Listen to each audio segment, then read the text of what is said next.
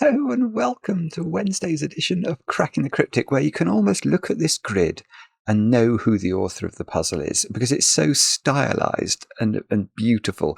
The Kropki dots have little shadows. The clues look gorgeous in their sort of pink with their grey background. It is, of course, a Marty Sears puzzle. Loads of you have recommended this one. It's called Accumulator, and it wouldn't be a proper week on Cracking the Cryptic these days without a Marty puzzle. The man is a setting genius. Anybody who's with the channel, been with the channel for any amount of time, knows that. And this one, again, the rule set is quite wonderful. It's just a breathtaking idea, and I've got no idea how it can solve with so few clues in it, but I've no doubt it will. And in fact, it's only got 2 stars out of 5 for difficulty, so it ought to be quite achievable, but we'll see. And I found it on Logic Masters, and there was somebody who said, oh no, this is only a 1-star puzzle. But there were other people who were saying, no, this is quite challenging. So I suspect it's going to be whether we get the key idea early enough as to whether or not we can solve Marty's puzzle with any sort of aplomb. But we'll have a go at it and we'll read the rules together in a moment or two's time. Now, what can I tell you before we kick off today? I've got one birthday to do. I'll mention that over on Patreon we've got our... can I show you the card? I keep forgetting which the card is. There we go. That's the correct one. The No Trump game. This is a Sudoku hunt featuring 9 puzzles in all themed on playing cards. If you manage to solve all the puzzles by the 20th of August, you'll be in with a chance of coming onto the channel and appearing in a video solving a puzzle. So if that might be of interest, do get involved. There's loads of extra content over on Patreon, as always. Oh, now I know what I was going to do. I was going to talk a little bit about poetry. We had a bit of a segue last week, didn't we, into the world of poetry and Sarah Teasdale. But again, this wasn't a friend of mine this time. This was the Facebook bots that seem to know I like poetry, so they recommend poetry to me from time to time. And the poem that they recommended, I love the backstory to it. It's a W.B. Yeats poem called No Second Troy. And it's... now, can I find it? I might not have it, actually. That would be terrible, wouldn't it, if I couldn't actually read it. No, I've got it. So let me tell you a bit about the backstory to this poem. W.B. Yeats, some of you may know this already, but many of his poems were inspired by his, I think it was really an unrequited love for a lady called Maud Gonne, who he asked to marry. I think he proposed to her maybe 4 or 5 times at least. And Maud Gonne was a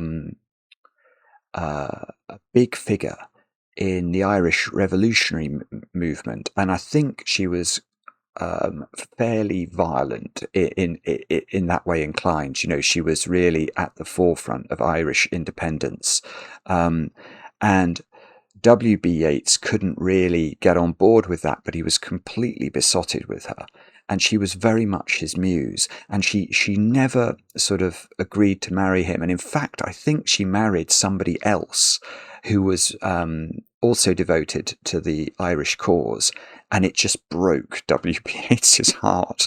I mean, that's not even a funny thing. I don't know why I laughed or even smiled at that. But anyway, this poem, which... I mean, I suppose it's a little bit relevant at the moment with all of the talk of the Odyssey, where Odysseus had returned from the Trojan Wars, because there is a very heavy allusion to Troy in this poem. But anyway, I thought I would read it to you, having told you a bit of the backstory, so you know it's really about Maud Gonne, with whom he is obsessed. So No Second Troy by William Butler Yeats. Right, let's see. Why should I blame her that she filled my days with misery, or that she would of late have taught to ignorant men most violent ways, or hurled the little streets upon the great, had they but courage equal to desire? What could have made her peaceful with a mind that nobleness made simple as a fire, with beauty like a tightened bow, a kind that is not natural in an age like this, being high and solitary and most stern. Why, what could she have done, being what she is? Was there another Troy for her? So, I mean, I don't know, obviously it's in his mind, Maud is the equivalent of Helen of Troy, who, of course, was the reason for the Trojan War. She absconded with Paris back to Troy, and then at the end had to watch Troy burn. I mean, I think it's a magnificent poem, very, very cool, and absolutely nothing to do with Sudoku. I am sorry about that, but as I've said before, I may have said this last week. The channel is about all things of the mind, all things that are interesting. And sometimes a little bit of poetry does nobody any harm. There, I've said it. So, sorry if I've taken a moment or two of your time that you think I didn't deserve, but hopefully, for some of you at least, that will have been an interesting segue. Now, let's do the birthdays. JD, your friend Keely wrote to me saying that you jokingly mentioned that a birthday shout-out would mean a lot, and Keely suspects that it wasn't really a joke and you really would like a shout-out. So I'm very happy to oblige, JD. I hope you have a brilliant birthday today, and I hope that it's filled with some very heavily iced chocolate cake. That's all the news. Shall we have a go at Marty's puzzle? Accumulator by the great Marty Sears. What do we have to do? It's obviously not going to be known. It says normal 6x6 Sudoku rules apply. So we've got to put the digits 1 to 6 once each in every row, every column, and every 2x3 rectangle. Now, draw a path through every cell in the grid which only moves orthogonally. Let's stop there and make sure we know what that means. So if we were drawing the path with the line tool, that is an orthogonal movement between two cells because it crosses an edge. That is not an orthogonal movement. That is a diagonal movement, and it didn't cross an edge. It just crossed a vertex. That's not sufficient for an orthogonal movement. So orthogonal movements are things like this. You can think of it, if you like, as moving in a cardinal direction, north, south, east, or west. So we draw a path through every cell in the grid, only moves orthogonally, doesn't visit any cell more than once. The start and end of the path are to be determined, so we don't know where the start and the end are. The value of a cell equals its own digit plus the sum of all the digits visited before it. I mean, that's just a mad rule. So let's do an example, actually. I'm intrigued by this. So if this was the start and it went 2, 3, let's just go up, 2, 3, 4, 5. The value of this cell would be 14 because it would be 2 plus 3 plus 4 plus 5. Okay. Yeah, its own digit plus the sum of all the digits visited before it. A pink clue in a cell indicates its value. So that one has a value of 90, which means that wherever it must be late on the path, surely. Yeah, actually that's already quite interesting if I think about it for a second or two. If a black dot sits between two cells, the value, and it's value in capital letters, so Marty's really trying to stress this, the value of one is double the value of the other. Good grief. I mean, that's very hard to understand. So, I mean, if that was 10, that could be 20. Or if that was 10, that could be 5. Or if that was 35, that could be 70, which is lunacy. If a white dot sits between two cells, the values of the two cells are consecutive. The values, again, in capital letters. So that could be like 15 and 16, or I don't know, 100 and 101, or something like that. The values have to be consecutive. And they are all the rules. What a brilliant rule set, Marty. Do have a go. the way to play is to click the link under the video as usual. But now I get to play. Let's get cracking. Now. Okay, well, I mean, the juxtaposition of those clues is quite interesting. You can't... We're visiting every cell, aren't we? So, well, this cell is either the start of the path or very close to it, because its value is 3. That is very close, I think, to the end of the path. I'm going to say, using a secret, that this is the penultimate cell on the path, actually. Is my maths right there? Yes, I think it is. So how have I deduced that this is the penultimate cell on the path? That is using the secret of 6x6 sudoku. Now, this is a secret I share rarely, but I share it with my very favourite people. If you're watching this video, of course, you're one of my favourite people. And I'm going to share the secret of 6x6 sudoku with you. The secret is that any complete box or row or column of a 6x6 sudoku will contain the digits 1 to 6 once each. And if we sum the digits 1 to 6, we get 21. And that means we can deduce the value, I suppose, of what is the sum of every single cell in this grid. Well, if one box sums to 21 and there are 6 boxes, it's 6 times 21, which is 126, which is the bus I used to get home from Beckenham Junction Station back in the day. So 126 is the value, because the way this puzzle works is we're going to weave through the grid, taking every single cell. The value of the final cell is going to be 126. So the final cell on the path is a 1, because this must be the penultimate cell, mustn't it? That's got a value almost equal to the full value of the grid. It's just missing a 1 to get it to its final value. So there is a 1 in one of those 3 cells, which is nearly very beautiful.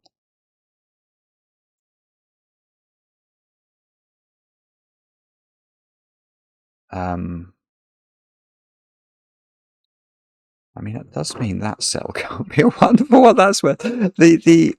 Let me just draw. I'm going to draw in an X there, because obviously the path doesn't go from a value of 3 to a value of 125, because if it did, this cell would have to have a value. The digits we would put in this cell would be 122. Now, this is a 1 to 6 sudoku, so we definitely can't write 122 into this cell. So I've got a horrible feeling it's going to be to do with the black dots, which my brain is rebelling. I don't know if you ever feel this, but sometimes when you're solving a puzzle or doing anything, your brain, it sketches over the problem and it just says, no, I don't want you, please don't force me to think about that. That's what my brain's doing when I'm trying to make it think about this. Okay, so there's a 1 in one of those, and so one of those cells is the final. Let's just highlight that. One of those is the final cell on the path, and it is a 1. Now this digit then, I mean, it must be a 2 or a 3, mustn't it? It now can't be a 1, because then none of those yellow ones could be a 1. And it can't be a 4, because its value is only 3. So it's either the start of the path and it's a 3,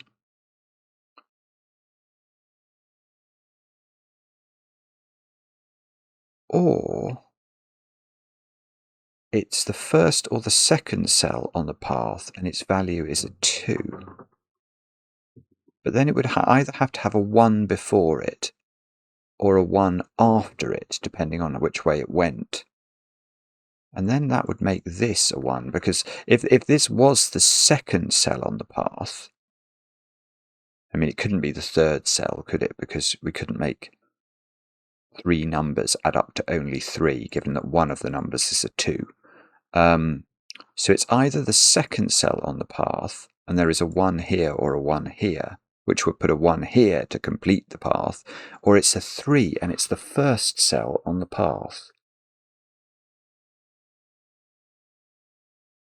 So which of those is it? And am I supposed to know this? Or maybe I'm not meant to do this at all. Actually, I've had a different idea altogether, which would allow me not to have to think about this. So do you mind if let's just take a quick excursion. Every cell in this grid is on the path. So what I was wondering is, can I actually draw a lot of the path in? I mean, every corner, for example, is on the path. Now, yeah, this is going to be interesting because normally we'd have to be thinking, oh, well, we couldn't draw that, for example, because we don't know whether this corner is the start or the end of the path. But I think in this puzzle, we absolutely do know that the start and the end of the path, well, I think they have to be in that 3x3, I think. Because the end of the path is in one of the yellow cells, and the start of the path is either there or there or there. So in fact, it's a narrower panoply. Those cells contain the start and the end of the path. So everything else in the grid is not a start or an end. And that's going to mean I can do that, that, that.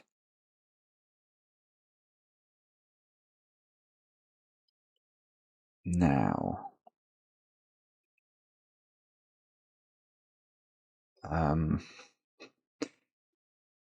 oh, I don't know. Sorry.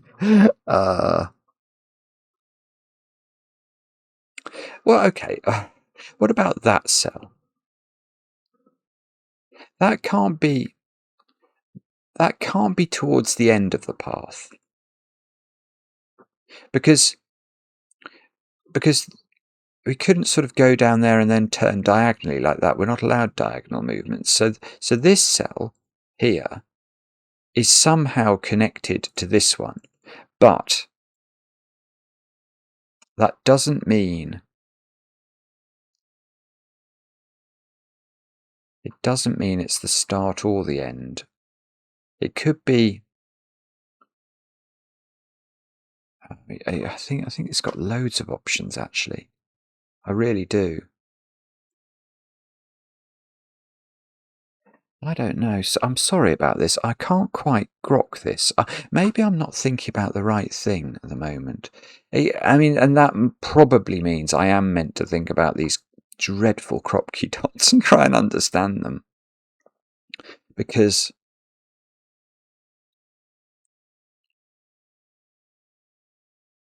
it's the point that... So the white ones are consecutive values. So let's say 15 and 16. So the white ones are always crossed by the path, aren't they?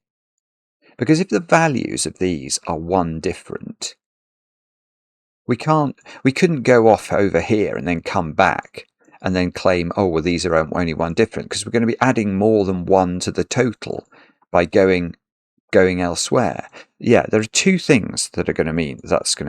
Firstly, you must go straight through the white dots. Secondly, there is a 1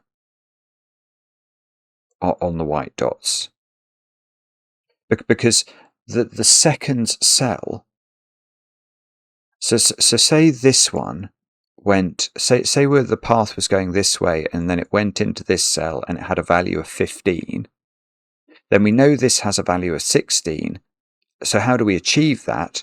Well, we have to increase the 15 by 1, don't we? But what we don't know is which direction we're going in. The 1 will be in the second cell because it's increasing the value. Okay, so up here now I can do that, and I've got a new corner. There we go.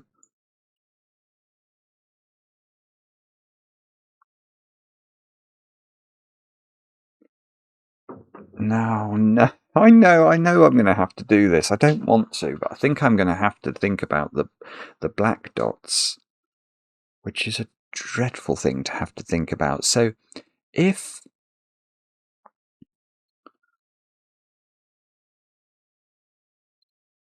oh, I don't know. So what we're saying with black dots is the values, one of them is double the other. So it's really difficult, I think, for the path to go through a black dot, because it could only do it. I mean, you could do it, actually. Imagine this had the value of 5, and then that had the value of 10. And then we went through there, and this was a 5.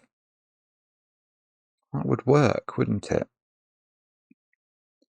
But yeah, okay. But all right. Let me temper that slightly. So the only way the path goes through a black dot is if it's quite early on the path generally, because the maximum digit you could put in the cell that's later on in the path is a 6. So you could have a situation where this could have a value of 6, and then that would have a value of 12 by being a 6, and the path could go through it. But imagine this had a value of anything bigger than 6. There's no way that you can then move through the path, because you need a higher digit here to cater for the doubling effect. So the only way this goes through here is if it's relatively early on the path. Right. Okay. Well, let's change that slightly then. Let's now consider if that's the start of the path, that would create a corner which would force the line to do that. That cannot work, surely. So what I'm now saying is, yeah, this might mean we can just prove this isn't a 3, actually.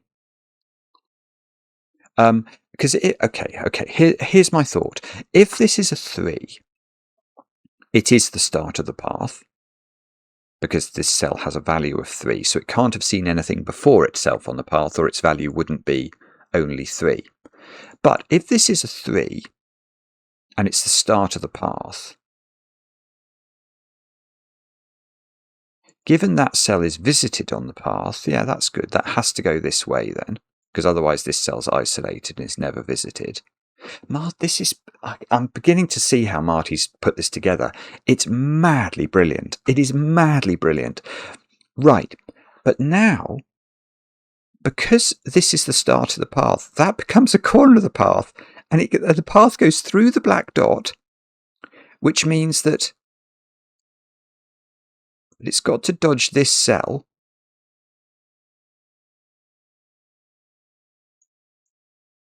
and somehow I've got to arrive on this dot with the value I've picked up being no higher than 6, because I've gone through the black dot. So I can do a 6 to 12 black dot is the best I can do. But you can see those 3 cells, which I'd have to take if this is a 3, they're already 6, and I'm definitely not there already. So it doesn't work. So, I mean, this is seriously clever. It's far cleverer. Oh, who's saying this is a 1-star puzzle, by the way? That's crazy. Right. So I think I've just proved this cannot be the start of the path. So it's a 2. Now, does that mean? So if the path... Well, the path now starts there or there. So one of these is a 1, which means neither of those can be a 1. So the 1, the final step of the path, the final piece of the jigsaw, if you like, is that move into a 1 here. This is the cell that has value 126.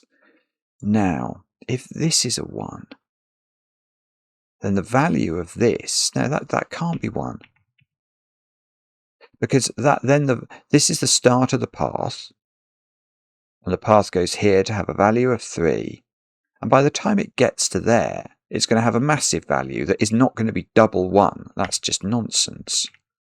So this is the start of the path. So that will give that a colour. We'll get rid of the green, shall we? So the start of the path is the purple. Now this is a corner now.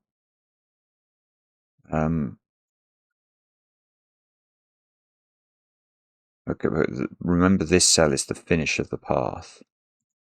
So we are going to hit the black dot. I don't know whether we're going through it yet.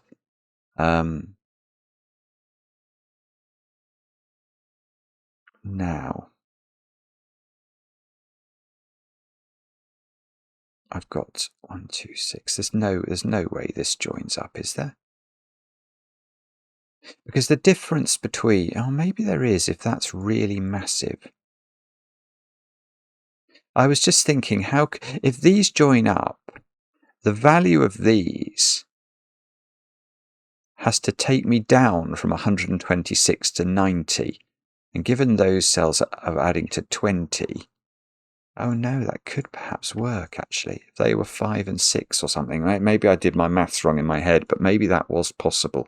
All right, I'm going to think about this. So I'm on 3,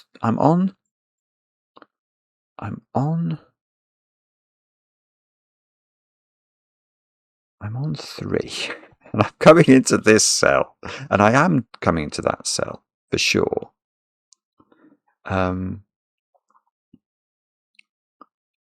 But I don't know what the value of this cell is. I've got a 23 here. Oh, I know. Oh, wait. Wait a second. It might not matter as much. Right, this is a 1 by sudoku. Now, therefore, that is the second cell. So the path, however it moves, well, I think that does it actually, doesn't it?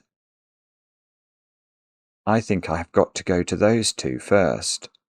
Because this might be wrong. But if I turn up now, here, then what I'm thinking is this is the start of the path. So the path is going do. And then it's got to get to this cell before it gets to this cell. So to get to that cell, it's going to have to loop round. And the path's going to get cut off. It is going to have to do, I don't know, something like this. And that's going to be isolated. You're certainly never going to be able to get to that. So I think this is important. I think what we're saying is we don't go through the black dot here. We must go there. And now this has become a corner. So we've got to do that. And by the time we get there, we've got to be on 23, which is quite a big number.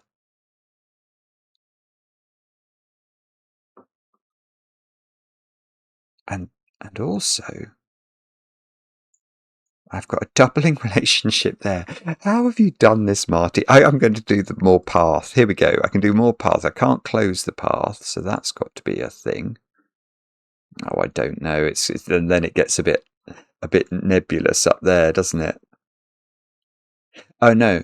Wait, maybe it doesn't. Maybe it doesn't actually, because can't I work out which one of these is the one? So the path is going here. It's then going to basically have to join to this, isn't it? And then it's going to join to this side. So I think that's going to be the one. I'm not as confident about that. That's what I feel is going on, but I mean, I don't see how that can be wrong. If this was later on the path, then the path would hit this, and then it could never get there. It would be cut off because this would have had to join to that. So it is right. It is right. The path is somehow going to hit this one before it hits this one. So that's got to be the 1 by the white dot rule. So now I get a 1 here by sudoku. I get all the 1s in the puzzle. Just not having to do any thinking about that. But now I am going to have to think about this little congregation of nonsenses down here, aren't I? and work out what's going on. It's probably quite difficult to get to 23, he says, trying to quickly do that in my head. I mean, those could be 4, 5, 6, which would be 15, 16, 17, 18, 19. So this cell is at least a 4 to get to 23 in time. So it's 4, 5, or 6. But we've also got the stipulation that these two values have to be different by some sort of sensible number, don't they? So if this was 3, say, then our value at this point would be 6. So this ought to have a value of 12. Now that's impossible, because if that has a value of 12, then this, to get to 23 in time, is going to be nowhere near. In fact, that's going to be it, isn't it? If I go 7 to 14, yeah, this can't be 14, because I can't get to 23. I've only got 6 as my biggest digit.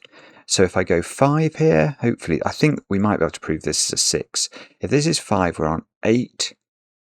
So this is 16.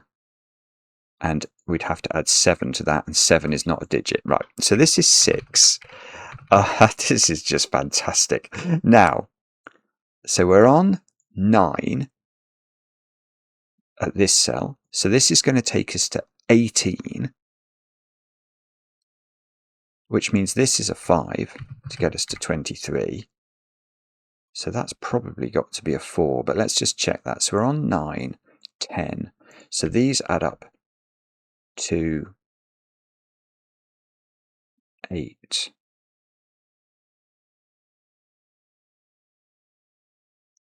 So am I still a bit zugzwanged there? So this is 4 or 3? Not sure. Not sure. That's quite strange, isn't it? Because that does not seem to be resolved. So let's do the maths on that again. If that's 9, which it is, so I've got to get to 18 by the time I get to there, which means these have to add up to 9, which means these have to add up to 8.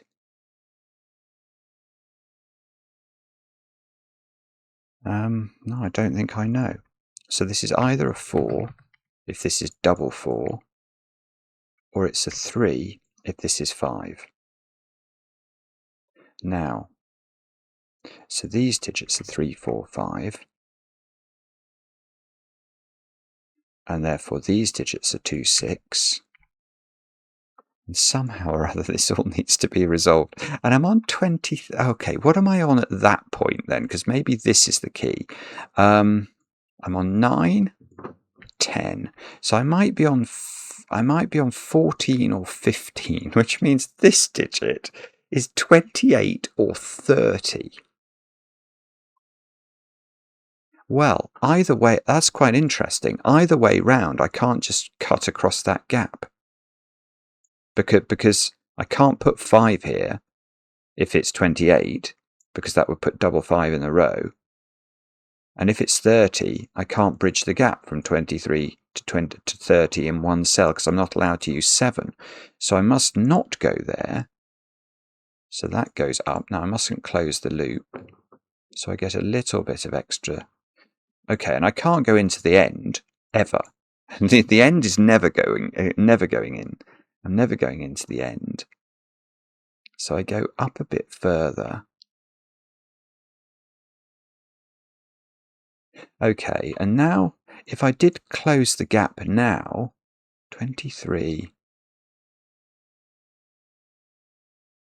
well, the minimum value of those, actually the minimum value of all 3 of those is 7, because I can't use 1 in any of these cells.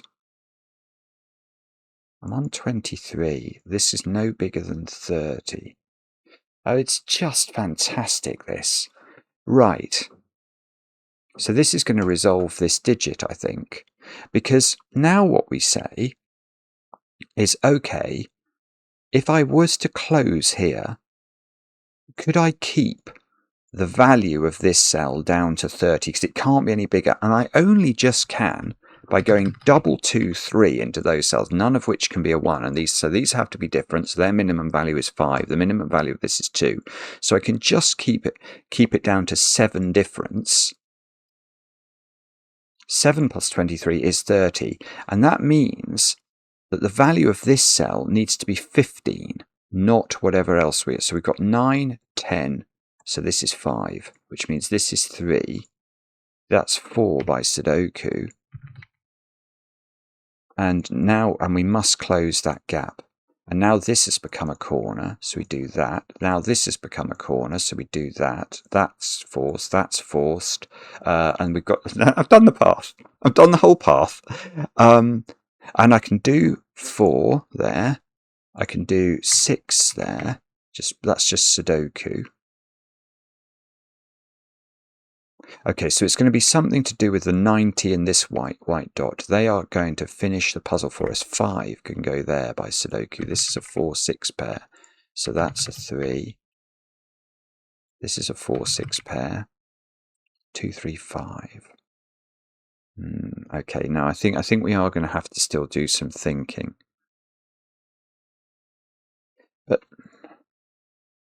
But actually, it's not this one, is it? I've just realised it doesn't matter. This one matters for positioning the 1. It doesn't matter. I don't care what the value is of this because the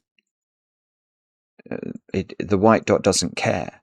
All we know is these are consecutive values, which is achieved by making this a 1. So the whole thing has got to be resolved by this being a 90. Okay.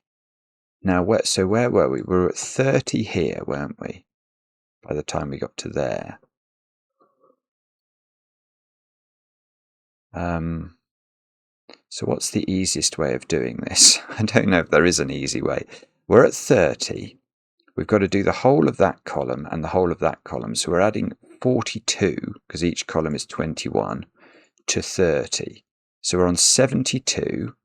Then we take those two for 82. Then we take these two for 87. And therefore that's got to be a 3. It can't be a 1 or a 2. So that's a 3. Oh, that's good. That's good, because now that's 3 in the corner. That's 3 in the spotlight, losing its religion. 6, 2, 2, 5. That means this is 6, that's 6, that's 4, that's 4, that's 5, that's 5, that's 2. And the puzzle has filled itself in. And is there anything I haven't done? I absolutely loved that. I think I think Marty is a genius, but I think this showcases his genius in a way that is so encapsulating of it. It's ridiculously clever, isn't it? It's ridiculously clever. There was just a sprinkling of clues and a couple of dots, and you could completely specify a path through the grid. I mean, it's a beautiful puzzle. I hope I've got it right. I don't see... No, it must be right. Yeah, it is right. Loads of people have solved it. Well, that's not surprising. Marty's puzzles are very popular, and with very good reason. Let me know in the comments how you got on with this one. I enjoy the comments, especially when they're kind. And we'll be back later with another edition of Cracking the Cryptic.